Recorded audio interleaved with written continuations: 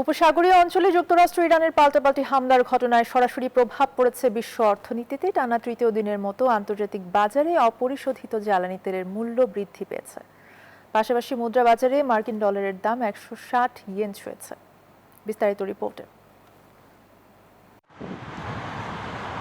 মধ্যপ্রাচ্যের অস্থিতিশীল পরিস্থিতির কারণে বিশ্বজুড়ে বিনিয়োগকারীদের মাঝে উদ্বেগ ছড়িয়েছে। এর জেরে অপরিশোধিত জ্বালানি তেলের দাম প্রায় 2% লাফিয়ে বেড়েছে। বর্তমানে প্রতি ব্যারেল মার্কিন ক্রুড অয়েলের বাজার মূল্য দাঁড়িয়েছে $95.40।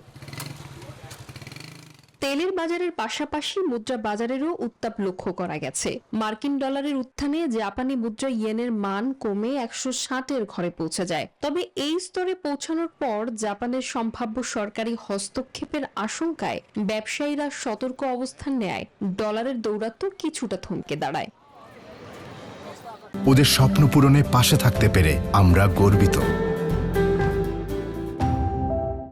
এদিকে এমন বৈশ্বিক অস্থিরতার জেরে S&P 500 সূচকে পতন দেখা গেছে। তবে বিপরীত চিত্র দেখা গেছে এশীয় পুঁজিবাজারে। মূলত কৃত্রিম বুদ্ধিমত্তা খাতের ব্যাপক উত্থানের ফলে রেকর্ড গড়েছে তাইওয়ান ও জাপানের শেয়ার বাজারগুলো। Desk report, news 24।